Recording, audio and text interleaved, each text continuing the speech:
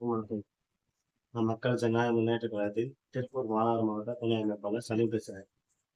இப்ப பார்த்தீங்கன்னா, வர வர இந்த மைக்ரோ ஃபைனான்ஸ் கந்துவட்டி கொடுமை அதிகரிச்சுட்டு வருது. இப்போ ஒரு 5 நாளைக்கு முன்னாடி பார்த்தீங்கன்னா, மதுரையில ஒரு பெண் தற்கொலை பண்ணியிருக்கிறாரு. அதுக்கு அடுத்த நாள் பார்த்தீங்கன்னா, தேனியில குழுத்தலைவிய. இந்த மைக்ரோ ஃபைனான்ஸ் குண்டர்கள்னால அடிக்கடி இந்த மாரி ஏகப்பட்ட பிரச்சனைகள் நடந்துட்டு இருக்குது.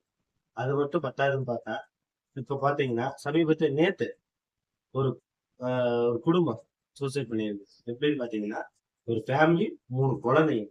இது நாள் வரைக்கும் பெரியவங்க, அந்த மகளிருக்கு தான் செத்துட்டு இருந்தாங்க. இப்ப அந்த பச்சிளம் குழந்தைகளா சாகுறாங்க.